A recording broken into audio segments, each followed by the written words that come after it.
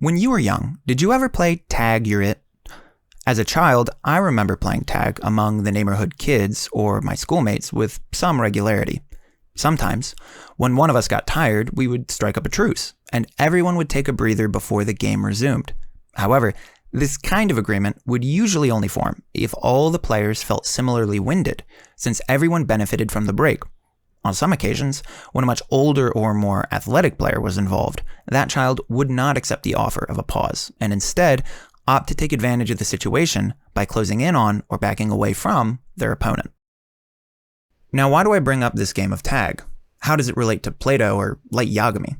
Well, before we get to light, and why the ending of Death Note hits like flat cola, we need to delve into the philosophical underpinnings that premise the show.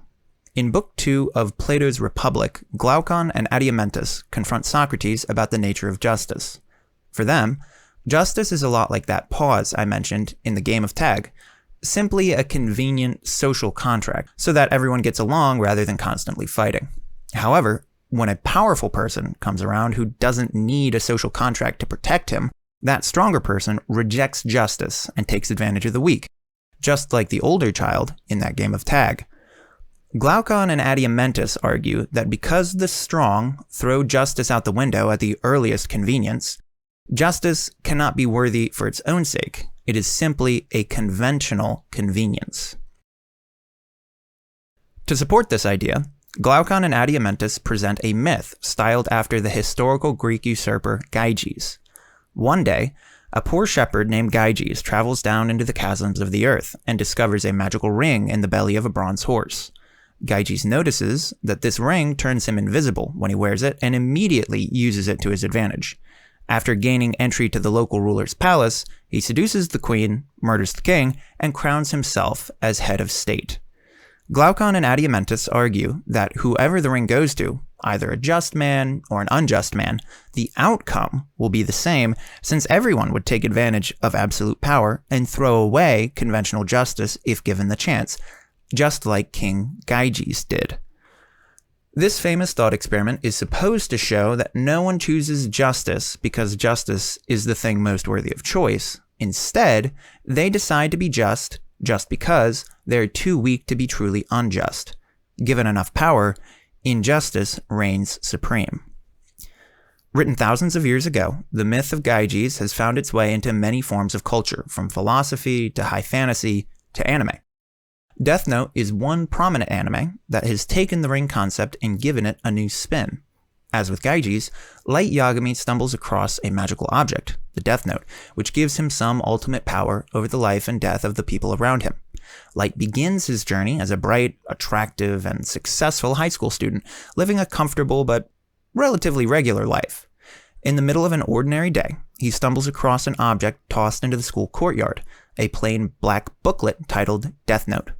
After reading the odd instructions on how to use the book to end a life, Light decides to test out this newfound power on a guilty criminal, one whose life he deemed to be forfeit already. Upon discovering that the Death Note is effective as a tool of slaughter and meeting his demigod companion Ryuk, Light begins his long spiral into manic ideation and behavior. What starts as executing death row criminals transitions into the slaughter of innocent law enforcement and peaks at the murder of a romantic partner. Light quickly devolves into a monster and spends most of the show playing cat and mouse against increasingly desperate proponents of justice and peace. Both Plato and the writers of Death Note recognize that justice falls to the wayside in the face of absolute power, but none of these authors seem to support the flaunting of justice in favor of power or personal gain. But then, how do we solve the Ring of Gyges? How do we face the Death Note? At this point, philosophy and anime diverge. Even though Death Note provides a unique perspective on a timeless philosophical concept, I argue that the show fails to adequately solve the problem raised by the Ring of Gyges, and this is why the ending of Death Note is so disappointing. As with Gyges, Light seems to be motivated by megalomaniacal visions of grandeur above all. But how does it end? How do we realize that Light's quest for power and divinity is misguided, and that justice is the superior good? The cat and mouse game ends when Light is cornered in a warehouse by the SBK and the deluded task force. Prepared to do away with all of his opponents at once, Light expects to receive the Death Note from his loyal ally Mikami, whose job is to utilize the Death Note and return it to Light. Unfortunately for Light, Mikami accidentally grabbed a cleverly disguised replica of the Death Note instead of the real thing, revealing Light's true identity as Kira. Fleeing the scene, Light dies shortly afterward. This ending is wholly unsatisfying for an otherwise fairly enjoyable show. The message seems to be, don't take on absolute power because you might get caught. Maybe your stupid henchman will slip on a banana peel and the jig will be up. Nothing about the scenario or the show in general is incompatible with Light eventually getting away with everything if he just weren't so unlucky. If all it takes is luck, why not gamble on the Death Note? Plato takes a wholly different approach than Death Note in answering why we should choose to be just even when we have enough power to be unjust. Instead of cautioning us that the unjust sometimes receive punishment, Plato, through the voice of Socrates, grants that if he is powerful enough, the unjust man can avoid all conventional forms of punishment, like exile or execution. Indeed, if he is unjust enough, he will be the most powerful and wealthy man in all the land. So then, why would justice be better than injustice? Doesn't the unjust man get ahead of his peers? The solution, according to Plato, lies in the definition of justice. For him, justice is a state of order wherein all proverbial pieces of the puzzle work together seamlessly, since each one does the work that it ought and not the work that it ought not. In the case of the body, justice is like good health. Each part of the body functions as it should, similarly supporting all the other parts. He compares justice to musical harmony, each note separate but complementing the notes around it. Similarly, justice can affect a person's soul, bringing order out of chaos. According to Plato, there are 3 parts of a soul, and justice is the aspect that harmonizes and rejuvenates them all, making each of them play their roles in accordance with the other parts. He uses the analogy of a winged chariot and its rider to elucidate his point. In a just soul, the rational element, the rider, has complete control over both a spirited or emotional element, the white horse, and a desiderative or appetitive element, the black horse, both of which, in their own unique ways, support the rational element. Plato compares the just soul, which can steer a man rightly, to an unjust soul, wherein the supporting elements control, or at least overpower, the rational element, which can no longer set the course of a person's life.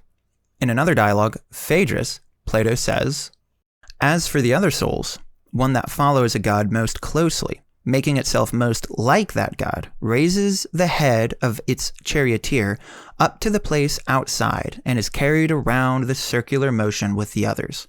Although distracted by the horses, the soul does have a view of reality, just barely. Another soul rises at one time and falls at another, and because its horses pull it violently in different directions, it sees some real things but misses others.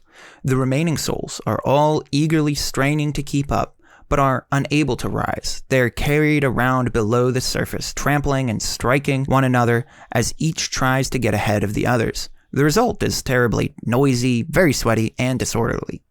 Many souls are crippled by the incompetence of the drivers, and many wings break much of their plumage. After so much trouble, they all leave without having seen reality, uninitiated. When they have gone, they will depend on what they think is nourishment, their own opinions." With this analogy, Plato attempts to solve the problem put forward by the Ring of Gyges. You should not be unjust because you might get caught. After all, if the ring is powerful enough, and you're not horribly unlucky, you never will be caught. Instead, justice is worthy of choice for its own sake, because the just soul is effective, healthy, harmonious, and well-ordered. On the other hand, the unjust soul is disordered, chaotic, and tortured, flailing to and fro with no real purpose or worthwhile goal in sight, constantly tearing itself apart. Who would want a soul like that? So justice is its own reward.